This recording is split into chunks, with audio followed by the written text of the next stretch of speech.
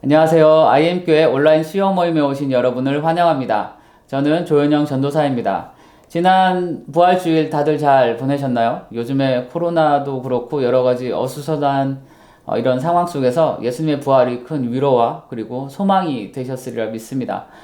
저와 함께 보내는 이 수요 모임 시간도요, 예수님이 왜 우리 인생 가운데 우리 인생의 모든 질문에 정답이 되시고, 그리고 그분이 왜 구원자가 되시는지, 그분이 또한 그것을 위해서 어떤 일을 하셨는지를 알아가는 시간입니다. 그래서 부활하신 주님을 우리가 기뻐한 만큼 또 예수님을 알아가는 그 기쁨이 이 시간에 여러분과 저에게 있기를 바랍니다. 지난 시간에 저희가 했던 것은 마르다와 마리아를 만나셨던 예수님에 대해서 살펴봤었죠. 다들 기억하시리라 생각되는데, 오늘은 또 다른 장면 속에서 예수님을 보게 될 텐데요. 바로 요한복음 2장에 나오는 가나의 혼인잔치를 다루려고 합니다. 가나의 혼인잔치에서 예수님과 어머니 마리아의 대화를 우리가 보게 될 거고요. 그 속에서 보이는 예수님의 사역과 그분이 우리를 위해서 어떤 일을 행하시는지 그것을 우리가 알아가려고 합니다. 그래서 이 시간을 통해서 다시 한번 예수님을 아시고 그 예수님의 은혜를 깊이 경험하시는 시간 되시기를 바랍니다. 자, 그러면 지금부터 시작하도록 하겠습니다.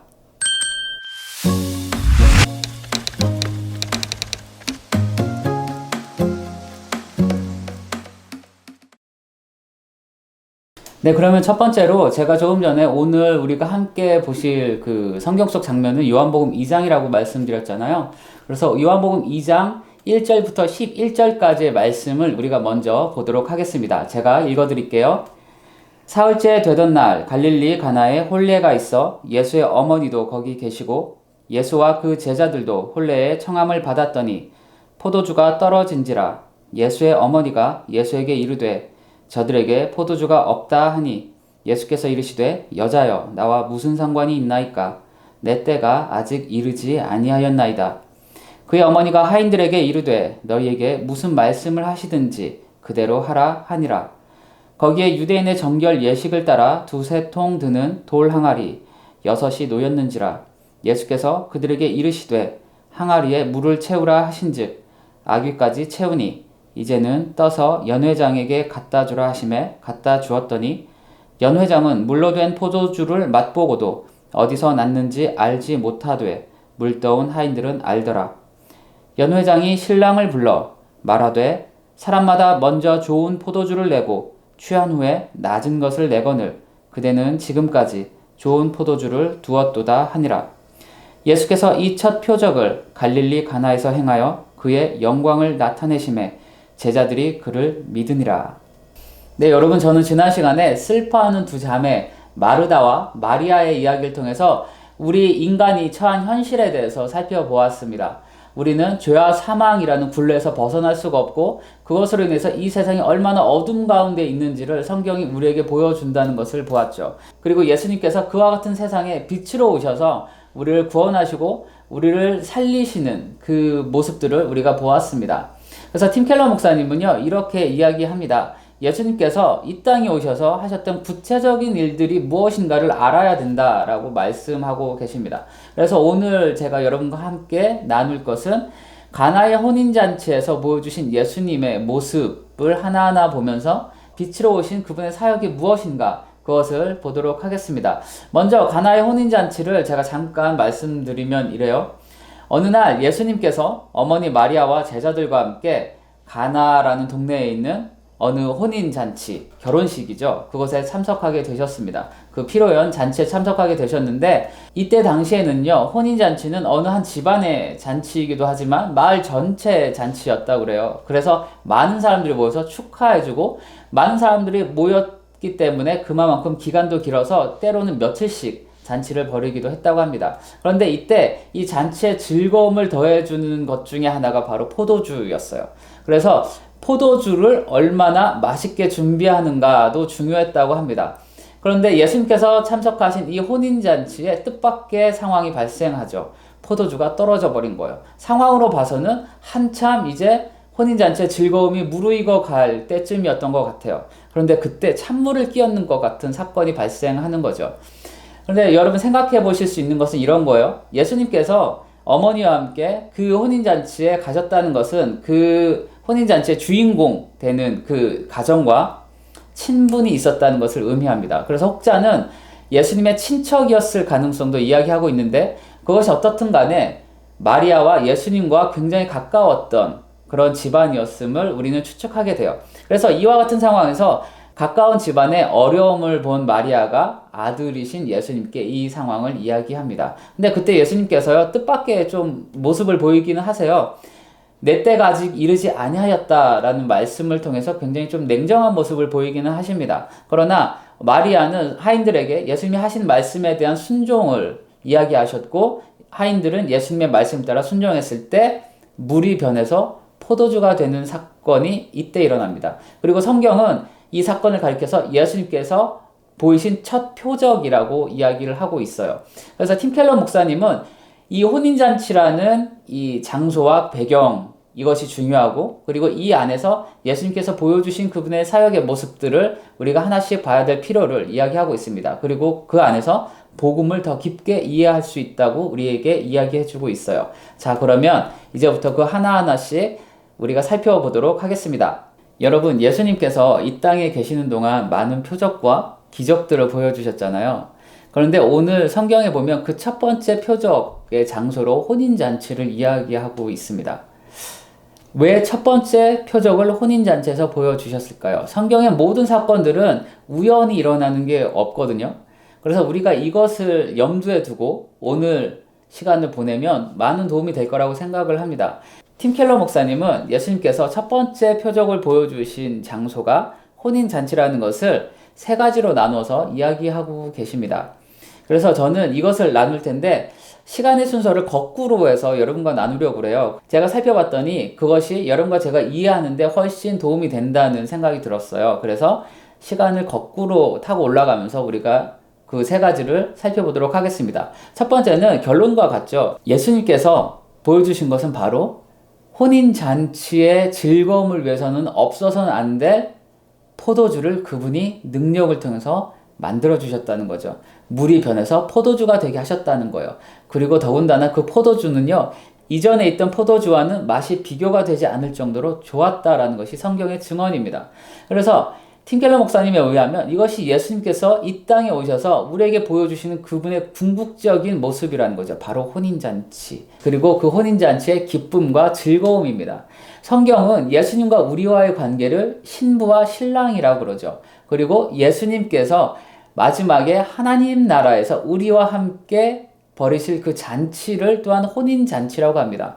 그래서 예수님은요, 이 가나의 혼인잔치를 통해서 그분이 장차 우리와 함께 영원토록 기쁘고 즐거운 그 그림을 혼인잔치에 빗대서 지금 보여주고 계시는 거죠. 그래서 성경은 그것을 약속하고 있는데 구약에서도 하나님께서 그분의 혼인잔치의 모습을 이렇게 우리에게 보여주고 계세요.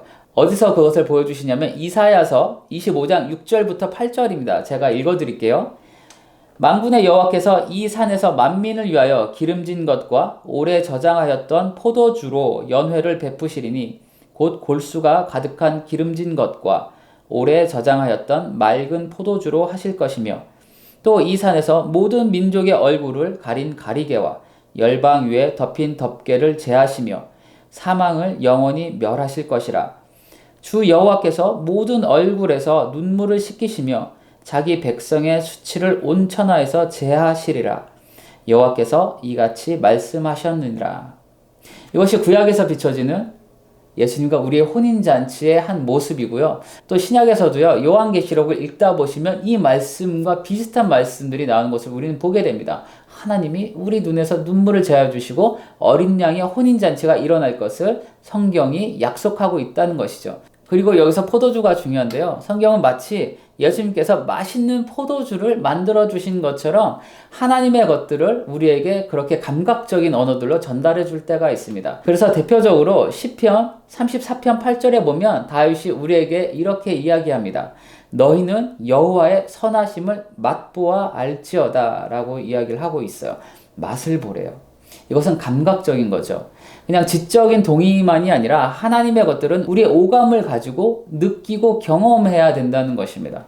마치 예수님의 포도주를 마셨던 사람들이 이전과는 비교할 수 없는 맛있는 그 기쁨과 즐거움을 누렸던 것처럼 우리가 이 땅에서도 하나님 나라의 포도주를 마시듯이 그분과 함께하는 동안 예수님이 주시는 기쁨과 즐거움을 맛볼 수 있다는 것이고, 또 먼 훗날에 하나님의 혼인잔치는 그와 같은 기쁨을 우리에게 준다는 것을 오늘 성경은 보여주고 있다는 것입니다. 그것이 첫 번째예요. 두 번째는요, 예수님께서 물이 포도주로 변하게 하시는 그 과정 속에서 사용하신 항아리를 우리가 볼 필요가 있습니다. 그 항아리는 정결 예식에 사용되던 항아리라고 성경은 이야기를 합니다. 여기서 말하는 정결 예식은 구약의 제사 때 사용되던 항아리였다는 것을 의미해요. 구약에서 우리의 죄를 위해서 제사를 드릴 때 그때 이 항아리가 쓰였다는 것을 의미합니다. 여기서 우리가 알 수 있는 것은요, 앞으로 예수님께서 우리에게 주실 그분의 혼인잔치에 들어가기 위해서 필요한 것이 있다는 것을 알게 됩니다. 그게 뭐냐면 바로 영적인 정결함이에요. 여기서 저는 항아리를 말씀드렸지만 사실 그 항아리를 거쳐서 물이 포도주가 됐죠? 그러나 그 본질은 항아리가 물을 변하게 한 것이 아니라 그 항아리를 사용하신 예수님께서 물을 변하게 하셨다는 것을 꼭 기억하셔야 돼요.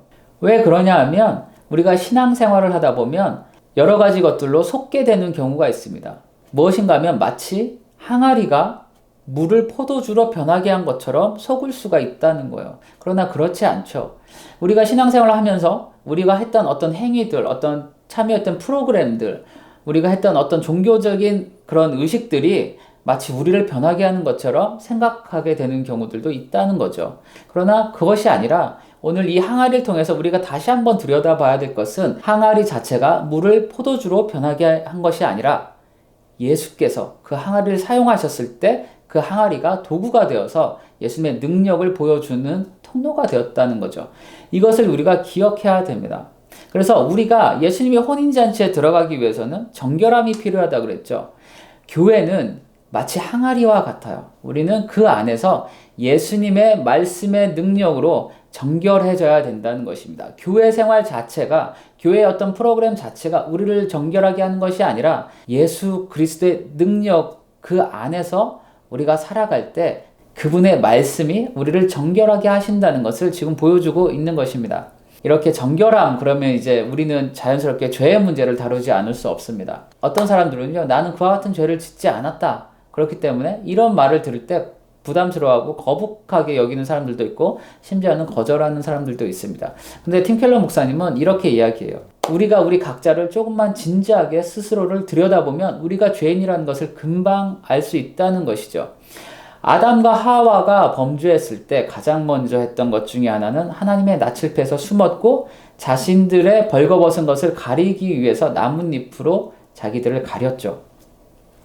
오늘날 이 시대도 마찬가지란 거예요. 팀 켈러 목사님에 의하면 많은 사람들이 자신의 부끄러움, 자신의 부족함, 이와 같은 것들을 가리기 위해서 여러 가지 아담과 하와의 나뭇잎과 같은 것들로 스스로를 가린다는 거죠. 성공을 통해서 그것이 가려질 수 있을 거라 생각한 사람들이 있고, 돈을 통해서 혹은 외모를 멋있고 예쁘게 가꿈으로 인해서 자신의 것들을 가리고 숨기고 싶어하는 것이 오늘날도 마찬가지로 우리 사람들 안에 있다는 것입니다. 그러나 조금만 들여다보면 그것이 아니란 것을 알기 때문에 그 죄에 대한 영적인 양심이 우리에게는 아직도 살아있기 때문에 그것을 금방 발견할 수 있다고 이야기합니다.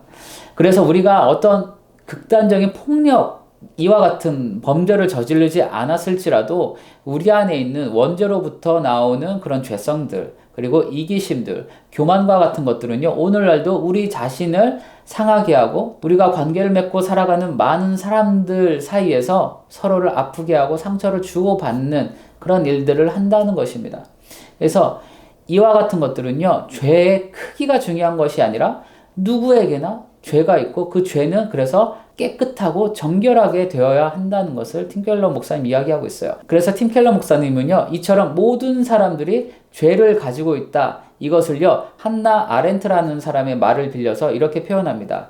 악의 평범성이라고 이야기해요. 평범성이래요. 특별하지 않다는 거예요. 누구에게나 다 있는 것. 그러나 그것이 드러나지 않았을 뿐 모든 사람은 죄와 악의 그런 성품들을 가지고 있다는 겁니다. 그래서 예수님께서 정결하게 해 주셔야만 되는 것이 바로 이 죄의 문제이고 악의 문제입니다. 우리가 아무리 많은 항아리와 같은 것들을 가지고 있다 할지라도, 우리의 능력으로 뭔가를 해볼 수 있을 것만 같을지라도 우리 인간은 결코 물을 포도주로 만들 수 없듯이 예수님께서 우리에게 그분의 능력과 사랑을 부어주셔야지만이 우리는 정결함을 얻게 된다는 것입니다. 그리고 그런 사람이야말로 예수 그리스도의 혼인잔치의 신부로서 참여할 수 있는 자격을 얻게 된다는 것이죠. 그래서 예수님의 혼인잔치의 사건은 이것을 우리에게 알려주고 있다고 팀 켈러 목사님은 이야기하고 있습니다. 그럼 이제 세 번째로 넘어가겠습니다. 네, 세 번째는요, 예수님께서 이 땅에 오셔서 하신 궁극적인 일들을 혼인잔치의 그림으로 우리가 볼 수 있다는 겁니다. 예수님께서 이 땅에 오셔서 하신 일들, 그것은 바로 우리가 죄와 사망으로 인해서 절대로 인간의 힘으로는 벗어날 수 없는 그 운명의 굴레들을 예수님께서 끝내시고 우리를 그분의 신부로 삼아서 그분의 영원한 혼인잔치에 참여하도록 하시기 위한 것이라는 거죠.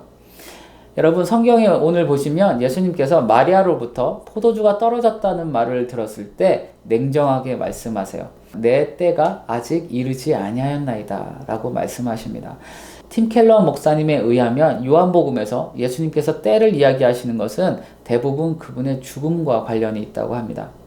그리고 요한계시록 19장에 보시면 예수님과 그분의 혼인잔치를 어떻게 표현하냐면 어린 양의 혼인잔치라고 이야기를 하고 있는 것을 우리는 보게 되는데요. 여기서 어린 양을 우리가 잠깐 주목했으면 좋겠습니다. 어린 양은 구약의 제사를 봤을 때 인간의 죄를 속죄하기 위한 제물로 드려지던 것이었죠. 그런데 이것이 신약으로 넘어오면서 세례 요한은 예수님께 이 어린 양의 표현을 씁니다. 세상 죄를 지고 가는 하나님의 어린 양이라고 이야기를 합니다. 이 말은 무슨 의미일까요? 예수님의 죽음과 관련이 있겠죠. 즉 예수님께서 우리를 구원하시기 위해 그분이 대신 하나님의 어린 양으로서 속죄의 제물이 되고 하나님과 화목하게 하는 화목 제물이 되어서 죽임을 당하셨다는 것을 의미합니다. 그리고 그분은 자신의 혼인잔치를 위해서 그렇게 스스로 제물이 되어서 모든 대가를 지불하신 것입니다. 그리고 성경의 약속대로 예수님은 교회와 성도들을 자신의 신부로 삼기 위해서, 자신의 혼인잔치에 참여하도록 하기 위해서 우리를 정결하게 하시는데 그분의 피를 쏟으셨다는 것도 우리가 기억해야 합니다. 신부를 얻기 위해서 신랑이신 예수님께서 보여주신 사랑이 이와 같다는 것을 우리가 이 시간에 다시 한번 깨달았으면 좋겠습니다. 그런데 많은 사람들이 이제 예수 그리스도의 죽음을 보면서 고대의 다른 이방 종교의 제사들과 비교를 하는 때가 있죠. 팀 켈러 목사님도 그 얘기를 하세요. 예를 들면 이런 겁니다. 피의 제사를 드리는 것이 하나님이 원하시는 제사였다면 고대 이방신들도 피의 제사를 원했다. 그렇다면 하나님과 그 신들의 차이가 무엇인가? 라는 질문을 한다는 것이죠. 여러분, 하나님의 제사와 이방 종교의 제사는요, 결정적으로 차이가 있습니다. 뭔가 하면 이래요. 첫 번째로 이방 신들의 제사는요, 그 신이 자기 만족을 위해서 사람들에게 제사를 요구했다고 우리가 알고 있죠. 너희들이 나를 즐겁게 하면 내가 그 대가로 너희들에게 복을 줄게 라는 겁니다. 그래서 사람들은요, 그 신을 즐겁게 하기 위해서 매우 음란한 제사를 드리기도 하고 끔찍한 제사를 드리기도 했죠. 그 중에서는 인신제사, 유아제사와 같이 사람을 제물로 드렸던 제사들도 있습니다. 그리고 또 하나는 이방의 제사는요, 인간이 자기 욕망을 채우기 위한 제사였어요. 신을 즐겁게 함으로 인해서 오늘 내가 원하는 것을 얻는 것이죠. 신과 딜을 하는 겁니다. 거래를 하기 위한 제사였어요. 그런데 그 욕망을 채우기 위해서 인간도 끔찍한 일을 하는 거죠. 같은 사람을 죽이기도 하고 또 악한 것을 가지고 제사의 방법으로 사용하기도 했습니다. 그러나 하나님의 제사는 그게 아니에요. 하나님의 제사는요, 하나님이 자기 만족을 위해서 우리에게 제사를 요구하시는 게 아니었죠. 우리를 마치 놀이게 삼으셔서 너희들이 나를 즐겁게 해봐라가 아니라 하나님이 우리에게 제사를 요구하시는 것은 우리를 살리시기 위해서 그러셨던 것을 우리는 압니다. 죄로 오염되고 더럽혀진 우리를 공의로우신 그분에 의하면 죽을 수밖에 없는 우리이기 때문에 하나님은 제사를 통해서 정결하게 하시고 우리를 다시 살리게 하시기 위해서 제사를 요구하셨던 겁니다. 그리고 신약으로 넘어오면 예수 그리스도께서 제물이 되심으로 인해서 우리가 살게 되었다는 것이 복음이잖아요. 그런데 이것이 또한 중요합니다. 고대 이방의 그 어떤 신들도 그가 사람이 돼서 이 땅에 와서 사람을 위해서 대신 죽은 신은 없습니다. 인류 역사상 그 어떤 신도 그렇게 하지 않았어요. 그런데 하나님은 우리를 살리시기 위해 성자 하나님이신 예수 그리스도께서 이 땅에 오셨고 그분이 직접 제물이 되셔서 죽으신 사건이 바로 십자가고 그렇게 우리가 그분의 신부의 자격을 얻게 되었다는 거죠. 이것이 이방 종교의 제사와 하나님이 원하시는 제사 그리고 십자가 복음의 결정적인 차이입니다. 여러분 그래서 우리가 오늘 이것을 깨달을 때 복음이 더 깊이 이해가 되는 것들을 경험하게 되실 거예요. 복음은 이 혼인잔치와 같아요. 신랑이신 예수 그리스도께서 신부의 자격조차 없는 우리를 그분이 모든 대가를 지불하시고 신부 삼으셔서 그분의 혼인잔치에 참여하게 하신 사건이 바로 복음이에요. 그래서 여러분 이 가나의 혼인잔치 이 이야기를 통해서 복음에 대한 더 깊은 이해와 경험들이 있으시기를 바랍니다.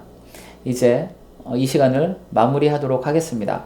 팀 켈러 목사님은요, 우리가 가나의 혼인잔치에서 보여주신 예수님의 모습을 보면서 그분의 죽으심과 그분의 희생을 깊이 이해하면 우리 삶에 두 가지 경험을 할 수 있다고 이야기를 하는데요. 첫 번째는요, 우리 안에 예수 그리스도께서 우리를 어떻게 생각하시는가에 따라서 우리가 우리 자신을 바라보는 것과 우리 삶에 나타나는 새로운 것들을 경험하게 된다는 거예요. 이게 무슨 말인가 하면 요즘에 많은 사람들이 자기 좌절, 자기 실망, 자기 혐오와 같은 것들로 고통을 받고 있는데 예수님은 우리를 신부로서 이 세상에 하나밖에 없는 가장 아름다운 신부처럼 우리를 바라보시고 우리를 맞이할 그날을 기다리고 계신다는 겁니다. 이것을 우리가 깊이 인식하기 시작하고 우리 스스로를 바라보며 살아갈 때 우리 안에 놀라운 일들이 일어나게 될 것이라는 거예요.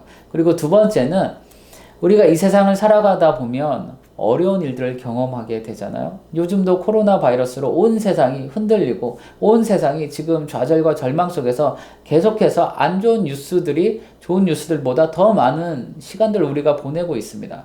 그런데 예수님께서 장차 우리에게 약속하신 그 혼인잔치에 대한 소망을 가지게 되면 우리가 지금과 같은 시간, 인생의 어려움의 시간들을 살아가는 데 있어서 평안과 담대함을 가지게 된다는 것입니다. 여러분 이것은 예수님께서 성경을 통해 우리에게 주시는 확실한 약속이잖아요.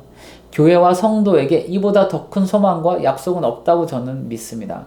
장차 예수님과 함께할 그날을 기대하면서 지금의 어려움의 시간들을 보낼 수 있는 힘이 그래서 우리에게는 있는 것이죠. 이제 마지막으로 제가 나누고 싶은 것은 팀 켈러 목사님의 글을 그대로 읽어드리는 게 좋겠다는 생각을 했어요. 책에 있는 것들, 그것이 제가 어떤 설명을 드리는 것보다 좋을 것 같다는 판단이 들어서 그 글을 읽어드리고 이 시간을 마치도록 하겠습니다. 읽어드리면 이래요.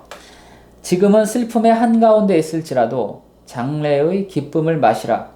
사랑도 하나뿐이고 잔치도 하나뿐이며 당신의 마음에 필요한 것을 빠짐없이 채워주실 수 있는 분도 하나이다.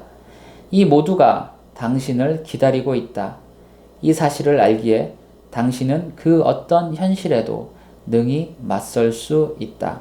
여러분 팀 켈러 목사님의 이 말을요, 예수님은 가나의 혼인잔치에서 보여주셨고 성경은 지금도 변함없이 이것을 약속으로 우리에게 주셨습니다. 그러므로 이 혼인잔치에 대한 그림을 오늘 소망 가운데 우리 가슴에 다시 한번 새기고 그리고 예수 그리스도의 신부로서 신랑 되시는 예수님을 만날 그날을 꿈꾸는 그와 같은 밤이 되시기를 바랍니다. 네, 이제 주기도문으로 이 시간 마치도록 하겠습니다. 주기도문 하시겠습니다. 하늘에 계신 우리 아버지여, 이름이 거룩히 여김을 받으시오며 나라에 임하옵시며 뜻이 하늘에서 이루어진 것 같이 땅에서도 이루어지이다.